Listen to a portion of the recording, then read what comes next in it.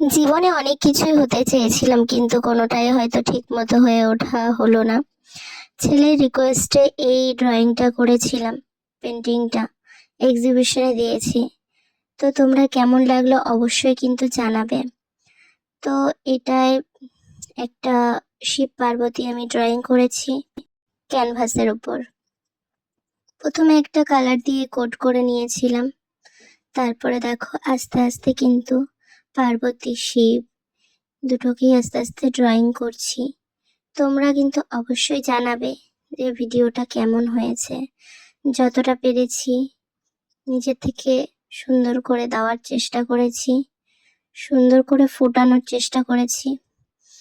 তো দেখো কেমন হয়েছে, কমেন্ট করো, লাইক কমেন্ট করো, শেয়ার করো। ফেসবুক ভিডিওটা অবশ্যই বেশি বেশি করে শেয়ার করবে। ফেসবুক পেজটাকে ফলো করো, ইউটিউব চ্যানেলটাকে একটু সাবস্ক্রাইব করে দিও।